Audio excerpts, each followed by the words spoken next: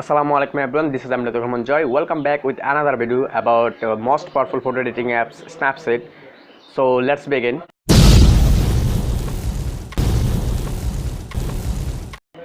Today I will share two advanced tools of Snapseed. So let's start. First things, rotate. It's optional but important. Landscape ফটোগ্রাফিতে যদি দিগন্ত রেখা বাঁকা হয়ে যায় তাহলে আমরা স্ন্যাপসিডের রোটেট দিয়ে ছবি সোজা করি, কিন্তু এটা খুব হেল্পফুল, বাট এটার একটা সাইড এফেক্ট আছে, সেটা হচ্ছে ছবি একটু ক্রুপ হয়ে যায় এবং রেজলিউশন কিছুটা কমে। আগের সময় দেখা যেত সবাই মোটামুটি 8 মেগাপিক্সেল কিংবা 5 মেগাপিক্সেল ক্যামেরার ফোন ইউজ করতো। সো ওই ছবি যখন রোটেট করবেন করে সোজা করবেন তখন দেখা গেলো রেজলিউশনটা কিছু লো হয়ে যায়। কিন্তু এখনকার ফোন তো প্রায় সবগুলাই 12 মেগাপিক্সেল 13 মেগাপিক্সেল মিনিমাম। এই ক্ষেত্রে রোটেট ছাড়া যদি আপনি রেজলিউশনটা লস না করতে চাচ্ছেন তাহলে কীভাবে রেজলিউশন লস ছাড়াই আপনি ছবি সোজা করবেন সেটা আজকে দেখাবো।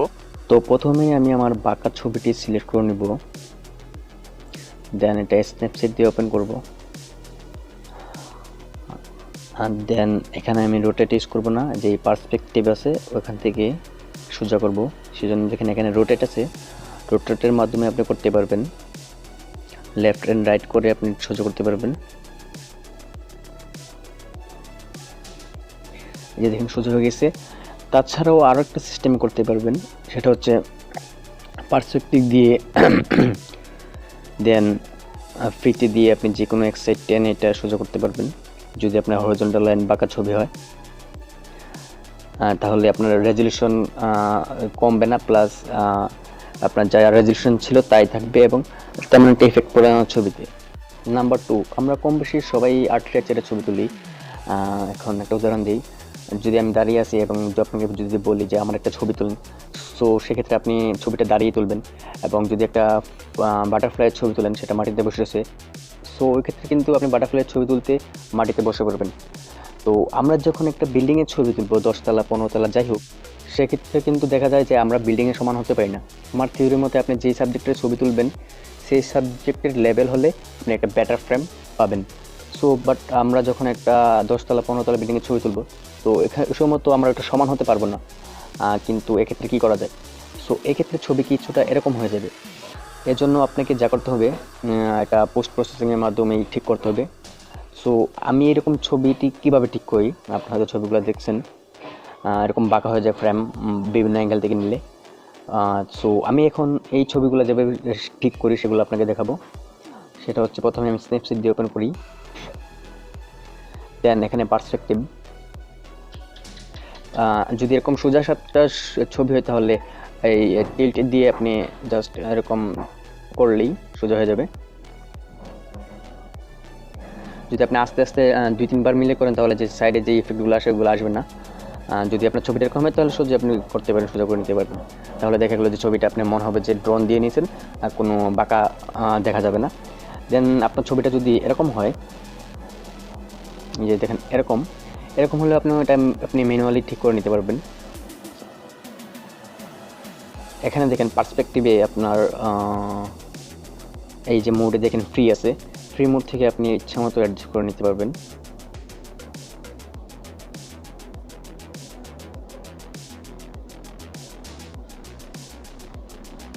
মোটামুটি আর্কিটেকচারের ছবি তোলার পর এডিট করার জন্য পার্সপেক্টিভের কাজ অতুলনীয়। সো এটা বলা যেতে পারে স্ন্যাপসিডের জন্য সবচেয়ে বেস্ট এবং অ্যাডভান্স একটা টুলস, এবং খুব ইউজেবল যারা স্ট্রিট ফটোগ্রাফি করেন বা আর্কিটেকচারের ছবি তোলেন। লাস্ট নাম্বার 3তে যেটা আমি দেখাবো সেটা হচ্ছে এই ছবিটা দেখেন, এটাতে মোটামুটি সব কিছু পারফেক্ট, বাট যদি বলা যায় যে এটাতে কী ভুল আছে তাহলে বলাতে পারবেন যে ডান পাশে স্পেস কম এবং বাম পাশে মোটামুটি স্পেস কম। সো এক্ষেত্রে কী করতে পারি, ছবিটা হচ্ছে রনি চৌধুরী ভাইয়ের ছবিটা আমি দেখি। সো স্পেসটা কীভাবে বাড়ান, স্পেস বাড়ানোর জন্য আপনি এই যে এক্সপ্যান্ড আছে, এক্সপ্যান্ড থেকে আপনি স্মার্টে রাখবেন, দেন দুই পাশে হোল্ড করে আপনি এক্সপ্যান্ড করতে পারবেন। যে দেখুন এটা আবার ডিপেন্ড করে কিসের উপর, আপনার সাবজেক্টের পরে কতটুকু জায়গা আছে আপনি ততটুকু একসাথে বাড়াতে পারবেন। যদি তার বেশি বাড়ান তাহলে এই যে সাবজেক্টটা ব্ল্যাঙ্ক সাইডে চলে আসবে। যেমন এখানে দেখেন এটা ব্ল্যাঙ্ক সাইডে চলে আসছে, সেজন্য আমার আরও অল্প করে নেওয়া উচিত ছিল। দেখাচ্ছি,